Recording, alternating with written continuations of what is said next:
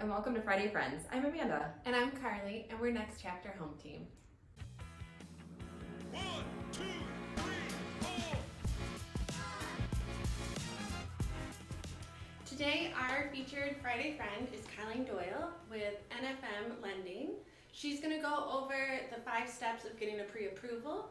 But before you do that, if you want to tell us a little bit about yourself or a fun fact. Sure. So Colleen Doyle with NFM Lending. I grew up here in Toledo, and a fun fact about me is I took piano lessons for 10 years. Nice. Do you still play? I do, yeah. Well, Colleen, you're here to talk to us about the pre-approval process today. So what do our buyers need to know when it comes to getting pre-approved? Yeah, great question. Super easy. Really, there's 5 steps to the whole pre-approval process. Doesn't take long at all. The first step is to apply, and you can do that over the phone or online. Second step is I'll then pull your credit, okay, and review your credit with you. Third step is for you to submit your income documentation so I can verify what's on the application and your ratios are all in line. Fourth step is I run my desktop underwriter, and the fifth step is issue the pre-approval. What more do they need to know about each step? Online or application or over the phone takes about 3 to 5 minutes. Doesn't take long at all. Simple. What's your address? What's your name? What's your birthday? Who are you employed with? How much do you make an hour? Second, then I'll go over that application with you and pull your credit. If I have any questions about the credit report, I'll discuss that with you. If you have any collection accounts, we can discuss that. Sometimes credit shows up that maybe is from an ex-spouse, so we don't have to include that in your debt to income ratio. Then the third is I'll collect documentation from you. If you were previously married, lots of times we're going to need the divorce decree to see which liability goes with which person in the divorce. Okay, if you receive child support or pay out child support, we'll add that to your income calculations for your ratios. Also then I'll look at your pay stubs, W-2s, and of course your bank statements to make sure you have money in the bank for your down payment. It's good to know some of the documents that you might not think of, like the divorce decree and stuff like that, because when I bought my house after my divorce, that was one of the things I didn't even think it would be necessary. Exactly. So it's good to know some of that to have that ready. Sure. And also too, if you've had a bankruptcy, we're going to need the bankruptcy papers and discharge. What documentation for student loans? So student loans generally show up in the credit report. We'll just go over that with you. Right now with COVID, loans are still in forbearance, so they don't have to pay any payment on that. However, as the lender, we will put on either 0.5% or 1% of that student loan payment. So even though you have a 0 payment showing up right now, we have to add that back in because that's not always going to be the case a year or two down the road. Now with student loans, there are programs you can apply for, which you don't have to have a payment. And if we get documentation of that, then we don't have to include that payment. Okay, so once you have all the documents, then what's next? So once I have all the documents, then on my computer, I push a button and I run you through a desktop underwriter. And that's our first step to say, hey, is this buyer eligible to be pre-approved to buy a house? And it will come back and say, yep, they're approved eligible. And once I get that, then I can call Amanda and Carly and say, hey, I got great news. I'm going to be sending this pre-approval over to your buyer.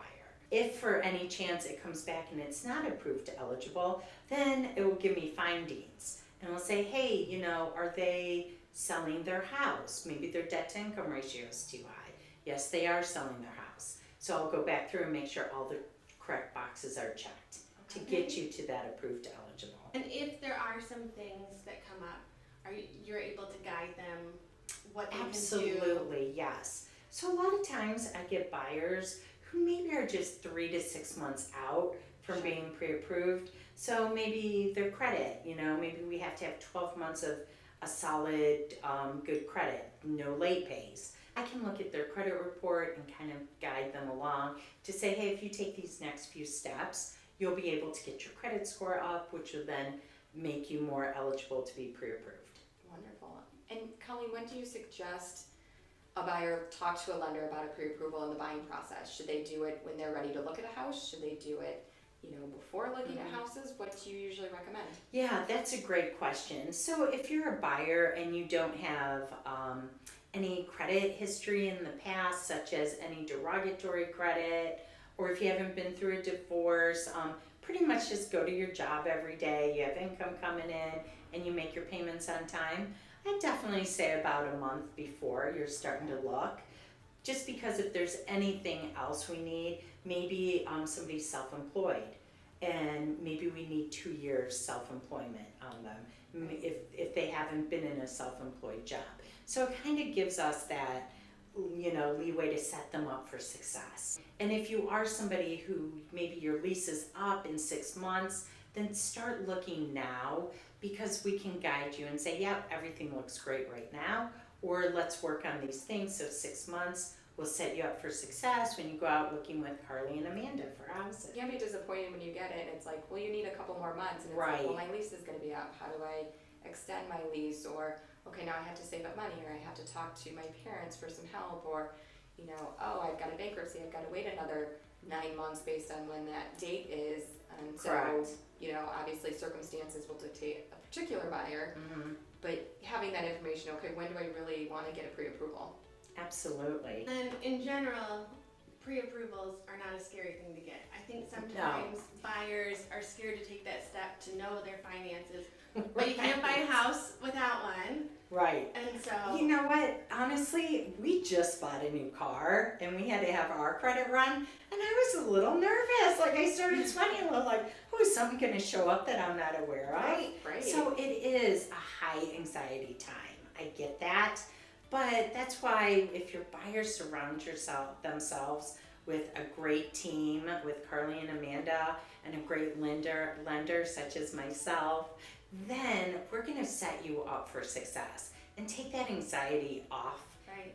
and make it fun. Like, you want to be fun, when you're out looking for houses, and get excited and take that, am I going to get approved for a loan? Am I going to get denied? Let's take that out of it. That's why I do that pre-approval at the very beginning. Right. Usually 90% of the time, those pre-approvals are solid, because I look through every documentation, so I'm the first set of eyes. Second set of eyes is then my processor when they receive the file, and then the third set is the underwriter. And granted, guidelines change all the time. Sure. So sometimes something does come up that maybe I didn't see and my processor didn't see, but then the underwriter, there's a new guideline. So we will come back to the buyer and say, hey, this thing came up, all we have to do is satisfy this condition.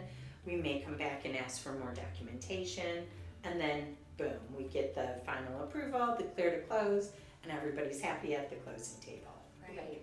Well, and that's part of what we want to do is, educate our buyers and sellers about the process and the things to know, so that there aren't surprises, and it is a fun, smooth, exciting time buying a house or selling a house. Right. So the more you know your numbers, the more they'll know what to look for. And if for some reason they can't get approved right away, it's good to know what they can do and to have Absolutely. a lender who is very knowledgeable Right. in knowing those steps Right. to take. And we do collect a lot of documentation up front, but that just prevents problems once you find a house, once your buyer is in love with the house, making plans to move, when it gets into underwriting, it just prevents all those problems down the road. So I try to tackle it all up front. So it's a lot of document gathering at the front. And it can be overwhelming at the beginning. You're like, I need this, and I'm talking, and Right. all this information is coming at me, but it really does smooth the process down the line. So overwhelmed at the beginning means you're having fun the rest of the time. Absolutely. And also, maybe you don't find a house right away. Your buyers don't. Right. Maybe the house of their dreams, it's already under contingency. How long do pre-approvals last? Mhm. And then what happens when that time ends? So pre-approvals are good for 4 months, 120 days, your credit's good for. And then all we have to do is repull your credit 120 days down the line, and people are like, oh my gosh, is my credit score gonna go down again? It's not. Maybe a few points, but nothing that's gonna kick you out of buying a house. Well, that's some really great information to let our buyers know about getting pre-approvals and starting their home buying process.